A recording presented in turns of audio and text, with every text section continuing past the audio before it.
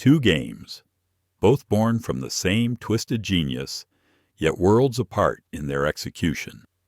You've probably spent countless hours dying in both of them, cursing at your screen, questioning your life choices.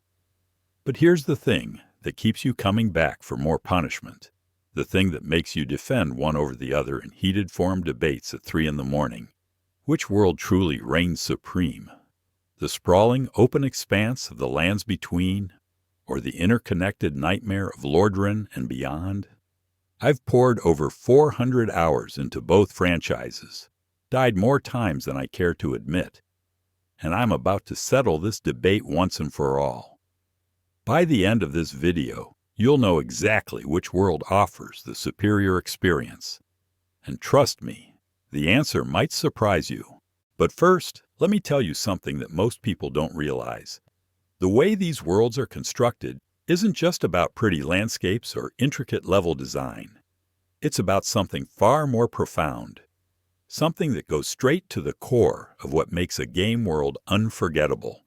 It's about how these environments make you feel, how they guide your journey, and how they reward your curiosity. What I'm going to do is break down 5 crucial elements that determine world superiority.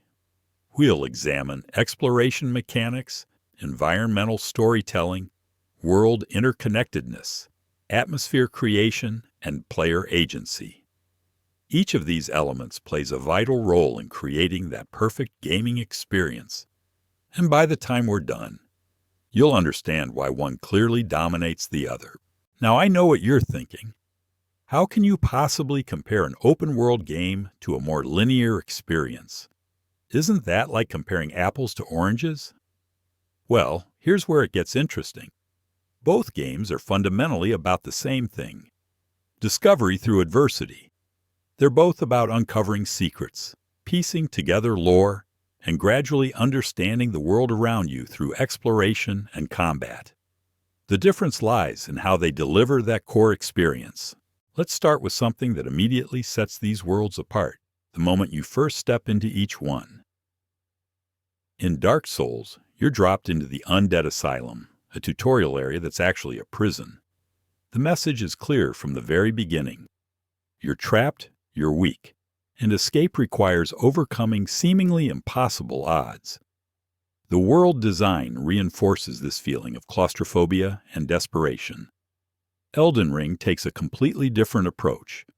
After a brief tutorial cave, you emerge into Limgrave, and suddenly the world opens up before you like a vast golden tapestry. The Tree of Life dominates the horizon. Multiple paths beckon in every direction, and you're given this incredible sense of freedom that's almost overwhelming. But here's what's fascinating about this difference. The emotional impact of each opening creates entirely different relationships between player and world. Dark Souls says, "You will earn every inch of progress." Elden Ring says, "The world is yours to discover, but be careful what you wish for." This fundamental philosophical difference shapes everything else about how these worlds function. In Dark Souls, every area you can see is eventually accessible, but getting there requires solving the puzzle of interconnected pathways. It's like a massive 3-dimensional maze, where understanding the layout becomes crucial to survival. Elden Ring operates on a different principle entirely. You can see that distant castle, that mysterious tower, that ominous forest, and in most cases, you can head straight toward it. The world doesn't gate your progress through locked doors and hidden keys, as much as it challenges you with enemies and obstacles that test your current power level. Now let's talk about something that both games absolutely excel at, but in completely different ways: environmental storytelling. This is where both worlds really start to show their genius, but the methods they use couldn't be more different. Dark Souls tells its story through architectural archaeology. Every crumbling wall, every misplaced statue, every room filled with the wrong type of furniture tells you something about what happened here. The world is like a crime scene. and you're the detective piecing together clues from the evidence left behind. Take a Norlundo, for example. The grandeur of the cathedral, the massive scale of everything, the way light filters through stained glass windows. But then you notice the illusion, the way certain areas feel wrong, the giants that aren't quite what they seem. The environment itself is telling you that something fundamental has been corrupted, that this apparent paradise is built on lies. Elden Ring approaches environmental storytelling with a broader brush. Instead of focusing on intimate architectural details, it paints with landscapes. The Caelid region tells the story of rot and decay through its red sky and twisted trees. The mountaintops of the giants speaks of ancient warfare through the massive corpses scattered across the frozen landscape. But here's where it gets really interesting. The scale difference between these approaches creates entirely different emotional responses. Dark Souls makes you feel like an archaeologist, uncovering personal tragedies. Elden Ring makes you feel like a historian, witnessing the aftermath of cosmic events. Which approach is more effective? Well, that depends on what kind of story you want to experience. Do you want to feel the weight of individual suffering? Or do you want to witness the rise and fall of civilizations? The answer to that question reveals something crucial about your personality as a gamer. Some players crave intimate, focused experiences where every detail matters. Others prefer grand, sweeping narratives that make them feel part of something larger than themselves. But we're just getting started. The real differences between these worlds become apparent when you examine how they handle player movement and discovery. This is where the fundamental design philosophies really clash, and it's where one world clearly begins to pull ahead of the other. In Dark Souls, movement is deliberate and methodical. Every path you take has been carefully crafted to teach you something specific about the world or about yourself as a player. The famous shortcut from Undead Parish back to Firelink Shrine isn't just convenient, it's a revelation. Suddenly you understand how the world fits together, how areas connect, how the designers want you to think about navigation. Elden Ring gives you a horse and says, "Go anywhere."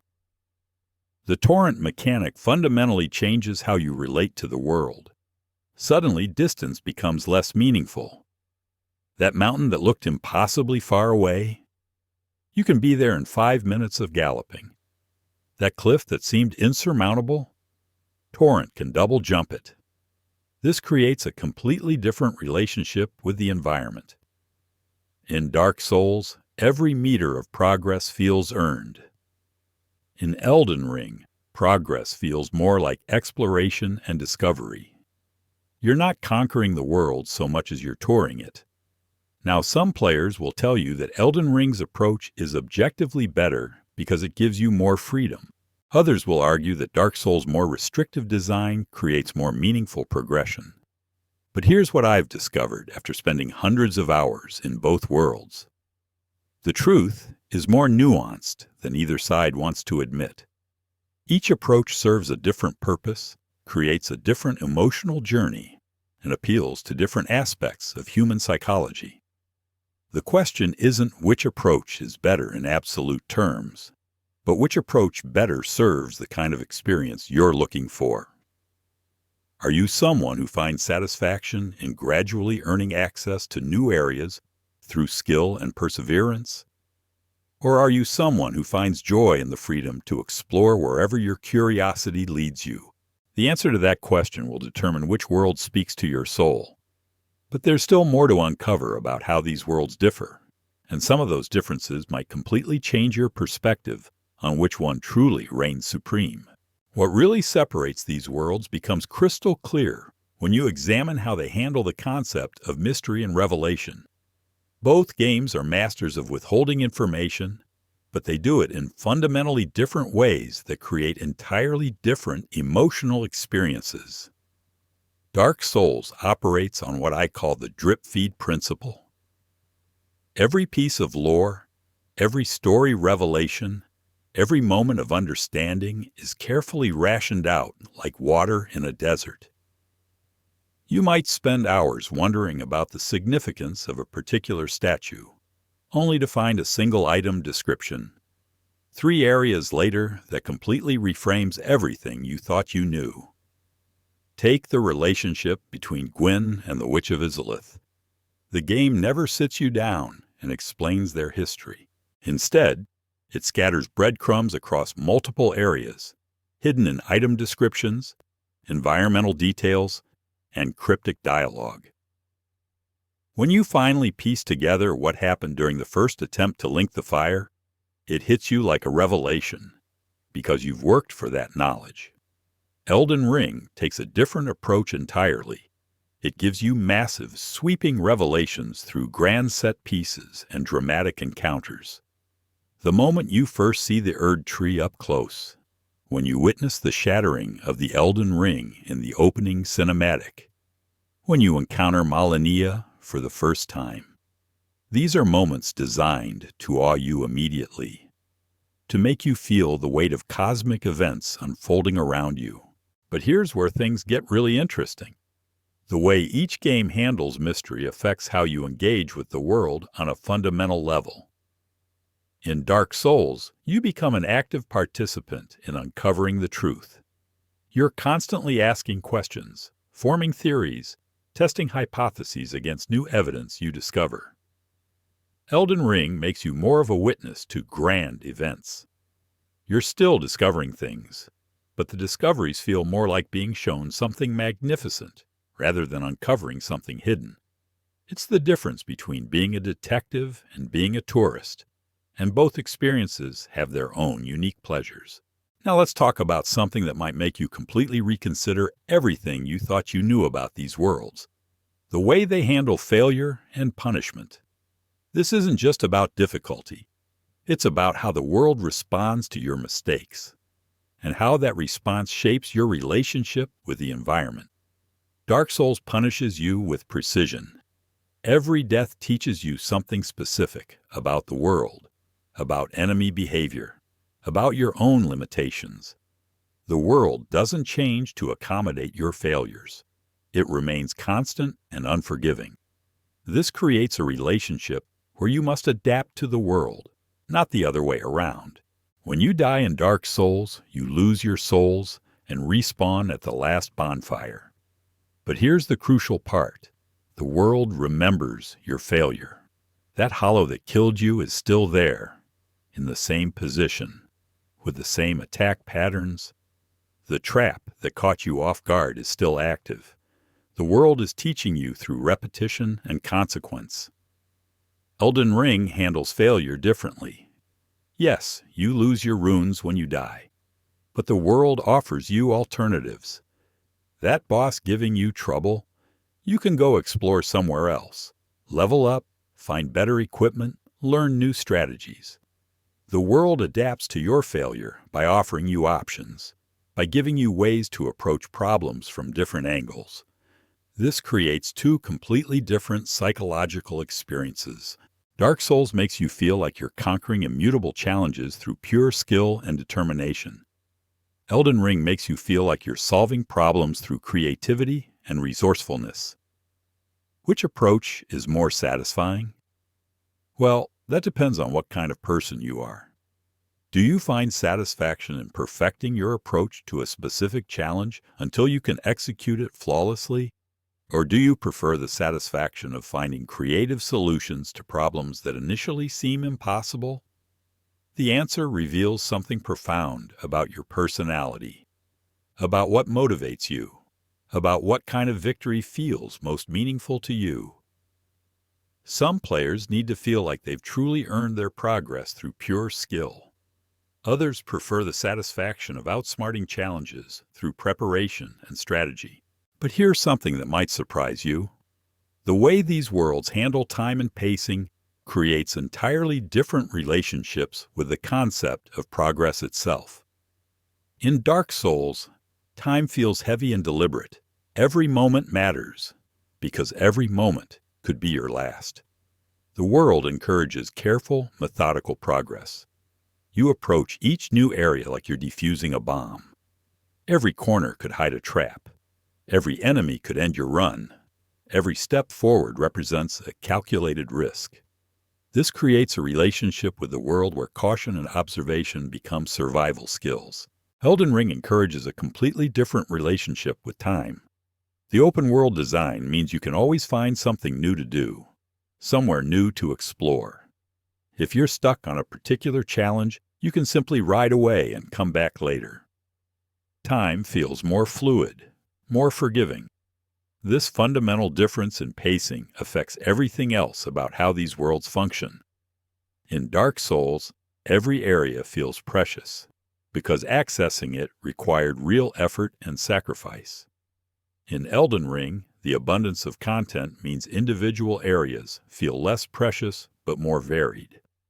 Now here's where we need to address something that both games struggle with, but in completely different ways. The concept of overwhelming the player. Both worlds can be intimidating, but they overwhelm you through entirely different mechanisms. Dark Souls overwhelms you with intensity. Every encounter demands your full attention. Every error requires careful navigation. Every decision carries weight. It's like being in a state of constant alertness, where relaxation can be fatal. Elden Ring overwhelms you with scope. The world is so vast, so filled with content, that it can be paralyzing to decide what to do next. You might spend 20 minutes just staring at the map, trying to decide which of the dozens of available objectives to pursue first. Both types of overwhelm can be exhausting, but they create different kinds of fatigue. Dark Souls creates mental fatigue through constant tension and focus. Elden Ring creates decision fatigue through too many choices and possibilities. The question is, which type of overwhelm do you find more manageable? Are you someone who can handle intense focus for shorter periods? Or do you prefer lower intensity experiences that you can engage with for longer periods? Your answer to that question might completely change how you evaluate these worlds. But there's one more crucial element we need to examine before we can determine which world truly wins this comparison. The element that might completely flip your perspective on this entire debate is something that most gamers never consciously think about, but it affects every single moment of your experience. It's the relationship between player curiosity and world reward systems. In Dark Souls, curiosity is dangerous. That dark hallway might lead to treasure, or it might lead to your doom. That suspicious-looking wall might hide a secret area, or it might be exactly what it appears to be.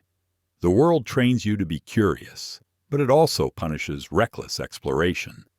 This creates a fascinating psychological tension. You want to explore every nook and cranny because the game's best rewards are hidden in its most dangerous places. But you also know that every act of exploration is a gamble with your accumulated progress. It's like being offered a treasure chest that might contain gold or might explode in your face. Elden Ring flips this relationship completely. Curiosity is rewarded almost universally. That glowing item on the distant cliff? You can probably reach it, and it's probably worth the effort. That mysterious cave entrance? It almost certainly leads to something interesting. The world encourages bold exploration because the risk-reward ratio heavily favors the curious player. But here's where it gets really interesting. The way each game handles curiosity creates entirely different relationships with the concept of discovery itself. In Dark Souls, discovery feels like archaeology. You're uncovering secrets that were deliberately hidden, solving puzzles that were meant to be solved only by the most dedicated players. Every secret passage you find, every hidden bonfire you discover, every NPC questline you complete, feels like you've accomplished something that the majority of players will never experience. The world makes you feel special for being curious enough to look beyond the obvious path. Elden Ring makes discovery feel more like tourism.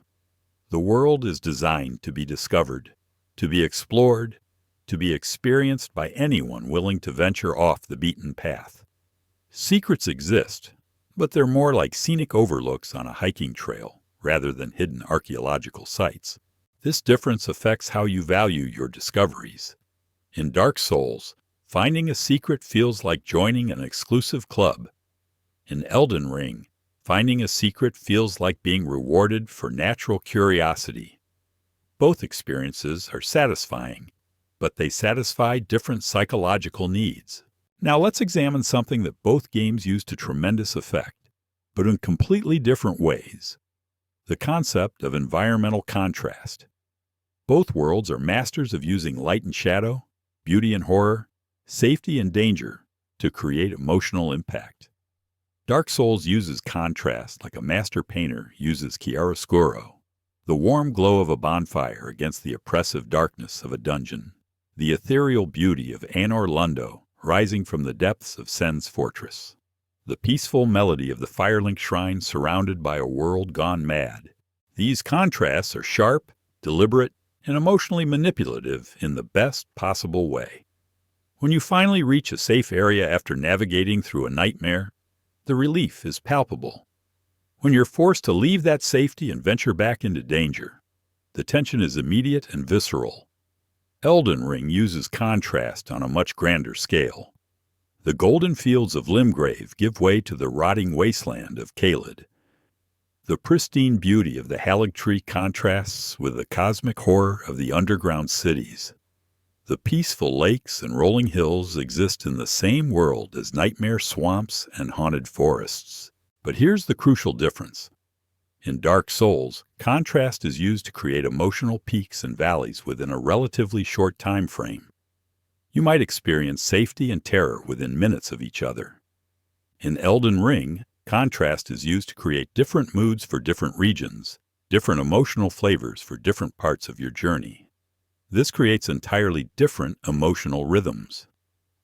Dark Souls feels like a roller coaster, with intense highs and lows happening in rapid succession. Elden Ring feels more like a road trip, where different destinations offer different experiences, but the transitions between them are more gradual. Which emotional rhythm do you prefer? Do you like the intensity of rapid emotional shifts, or do you prefer the satisfaction of gradually transitioning between different types of experiences? Your answer reveals something fundamental about how you process adventure and challenge. But there's another layer to this that most people miss entirely: the way these worlds handle the concept of home and belonging.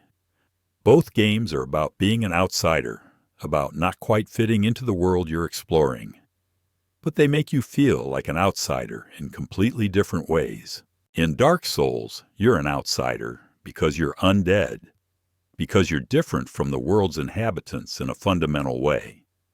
But paradoxically, this makes you perfectly suited to navigate this dying world. You belong here precisely because you don't belong anywhere else. Every bonfire becomes a temporary home. Every friendly NPC becomes a precious connection to something resembling civilization. The world is hostile, but it's hostile to everyone, not just you. There's a strange comfort in that shared suffering. Elden Ring makes you an outsider because you're a tarnished, someone who was exiled and has returned to reclaim what was lost. But the world remembers you, acknowledges your right to be here, even if it doesn't welcome you with open arms. You're not just surviving in this world, you're trying to rule it. This creates a completely different relationship with the environment. In Dark Souls, you're grateful for every moment of safety, every small victory, every brief respite. In Elden Ring, you're constantly evaluating whether what you're seeing is worthy of your dominion. The psychological impact of these different relationships with belonging cannot be overstated. Dark Souls makes you feel like a survivor in a world that wants you dead. Elden Ring makes you feel like a conqueror in a world that's testing your worthiness to rule. Which role resonates with you more deeply? Are you someone who finds meaning in survival against impossible odds, or someone who finds purpose in the pursuit of power and dominion?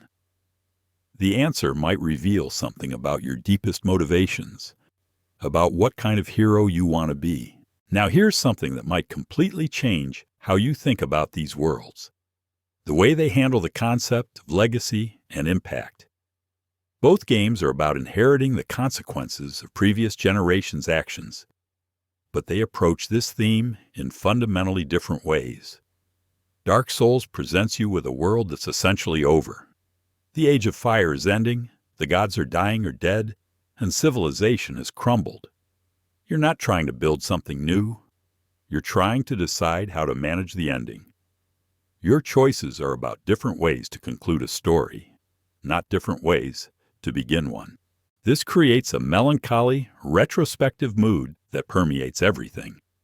You're constantly discovering the remnants of greatness, the echoes of better times. Every area you explore was once something magnificent, and now it's a shadow of its former self. Elden Ring presents you with a world that's broken but not finished. The shattering has created chaos, but it's also created opportunity. You're not managing an ending, you're trying to create a new beginning. Your choices are about what kind of world you want to build from the ruins of the old one. This creates a more forward-looking, ambitious mood. Yes, you're exploring ruins and witnessing the aftermath of catastrophe, but you're doing it with an eye toward reconstruction, rather than just understanding what went wrong. The emotional impact of these different approaches to legacy is profound. Dark Souls makes you feel like a historian, someone whose job is to understand and perhaps preserve what's being lost. Elden Ring makes you feel like an architect, someone whose job is to design what comes next. Which role speaks to your soul? Are you someone who finds meaning in preserving and understanding the past, or someone who finds purpose in shaping the future? Your answer reveals something about your fundamental orientation toward time and change. But here's where we need to address something that both games do brilliantly, but in ways that create completely different experiences. The concept of mastery and progression. Both worlds are designed to make you feel like you're growing stronger, more skilled, more capable, but they define strength and skill in entirely different ways. Dark Souls defines mastery through precision and consistency. You've mastered an area when you can navigate it without taking damage. You've mastered a boss when you can defeat it without using healing items. You've mastered the game when you can complete it without dying. This creates a very specific type of satisfaction, the satisfaction of perfection through repetition. Every enemy encounter becomes a test of your ability to execute learned patterns flawlessly. Every area becomes a test of your ability to remain focused and alert for extended periods. Elden Ring defines mastery through adaptability and creativity. You've mastered the game when you can find multiple solutions to every problem, when you can adapt your approach based on the tools and knowledge at your disposal. Mastery isn't about perfection, it's about resourcefulness. This creates a different type of satisfaction, the satisfaction of growth through accumulation. Every new spell you learn, every new weapon you find, every new area you explore, adds to your toolkit for solving problems. You're not trying to perfect a single approach, you're trying to expand your repertoire of possible approaches. Which type of mastery appeals to you more? Do you find satisfaction in perfecting your execution of specific skills? Or do you prefer the satisfaction of expanding your range of capabilities? Your answer reveals something about how you approach challenges in general, about what kind of growth feels most meaningful to you. Now we're getting to the heart of what really separates these worlds, and it's something that goes deeper than game mechanics or visual design. It's about how each world makes you feel about yourself as a player, as a person navigating challenges and making choices. Dark Souls creates what I call the earned wisdom experience. Every piece of knowledge you gain about the world comes at a cost. You learn that mimics exist because one of them ate you. You discover that not all NPCs are trustworthy because one of them betrayed you. You understand the importance of managing your resources because you've been caught unprepared and paid the price. This creates a relationship with knowledge that's fundamentally different from most games. Information isn't just given to you through tutorials or exposition. It's carved into your memory through experience, through failure, through the kind of learning that comes from making mistakes and living with the consequences. Elden Ring offers what I call the guided discovery experience.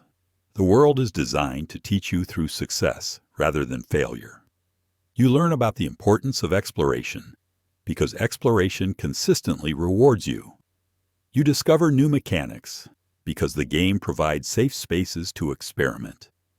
You understand combat strategies because the world gives you opportunities to practice without severe consequences. Both approaches have their merits, but they create entirely different relationships with the concept of learning itself.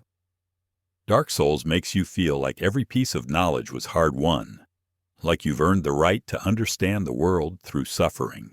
Elden Ring makes you feel like the world wants you to understand it, like it's actively helping you become the hero it needs. Which learning style resonates with you more deeply? Are you someone who values knowledge more when it's difficult to obtain? Or do you prefer learning environments that encourage experimentation and growth? Your answer reveals something fundamental about how you process information and develop skills. But here's where things get really interesting, and where one world begins to clearly pull ahead of the other. The way these games handle the concept of community and shared experience. Both games have created massive communities of players who share strategies, lore theories, and war stories. But the nature of these communities is fundamentally different because of how the worlds are designed. Dark Souls creates what I call veteran communities. Players who have mastered the game become mentors to newcomers, sharing hard-won knowledge and strategies. The community is built around the shared experience of overcoming extremely difficult challenges. There's a sense of mutual respect among players because everyone knows how much effort it takes to succeed. The community discussions tend to focus on optimization, on finding the most efficient paths through challenges, on discovering obscure secrets that only the most dedicated players will ever find. It's a community of survivors sharing survival techniques. Elden Ring creates what I call explorer communities. Players share discoveries, hidden locations, creative build ideas, and emergent gameplay moments. The community is built around the shared joy of discovery and the excitement of finding new ways to approach familiar challenges. The community discussions tend to focus on creativity, on finding unique solutions to problems, on sharing beautiful or surprising moments discovered during exploration. It's a community of adventurers sharing travel stories. Both types of communities are valuable, but they serve different psychological needs. The Dark Souls community makes you feel like you're part of an exclusive group of people who've accomplished something genuinely difficult. The Elden Ring community makes you feel like you're part of a larger group of people who've shared in something genuinely wonderful. Which type of community appeals to you more? Do you prefer the tight-knit feeling of a group united by shared hardship, or the open, welcoming feeling of a group united by shared wonder? Your answer reveals something about what kind of social validation you find most meaningful. Now, let's talk about something that both games handle masterfully, but in ways that create completely different emotional experiences. The concept of hope and despair. Both worlds are fundamentally about perseverance in the face of overwhelming odds, but they frame that perseverance in entirely different ways. Dark Souls is essentially a game about hope in the face of entropy. The world is dying, everything is falling apart, and your job is to decide whether to try to preserve what's left or to allow natural decline to continue. Every small victory feels precious because it's a moment of light in an otherwise dark world. The game creates hope through contrast. Every bonfire feels warm because you've been cold. Every moment of safety feels precious because you've been in constant danger. Every friendly face feels valuable because you've been surrounded by hostility. Elden Ring is a game about ambition in the face of chaos. The world is broken, but it's broken in a way that creates opportunities for those bold enough to seize them. Every victory feels empowering because it brings you closer to your goal of becoming Elden Lord. The game creates hope through possibility. Every new area represents potential new power. Every challenge overcome represents progress toward your ultimate goal. Every ally you meet represents a connection in the web of influence you're building. These different approaches to hope create entirely different emotional journeys. Dark Souls makes you feel like you're preserving something precious against impossible odds. Elden Ring makes you feel like you're building something magnificent from the ruins of the old world. Which emotional journey speaks to your soul? Are you someone who finds meaning in preservation and protection, or someone who finds purpose in ambition and construction? Your answer reveals something about your fundamental orientation toward change and challenge. But here's something that might completely flip your perspective on this entire comparison. The way these worlds handle the concept of time and permanence. Both games are about impermanence, about things that were once great becoming something else. But they approach this theme in ways that create entirely different philosophical experiences. Dark Souls presents impermanence as tragedy. Everything you encounter was once greater than it is now. Every boss you fight was once a hero or a god. Every area you explore was once a thriving civilization. The world is a museum of fallen greatness, and you're both visitor and curator. This creates a meditation on loss, on the inevitability of decline, on the bittersweet nature of memory. The game asks you to consider what's worth preserving when everything is temporary.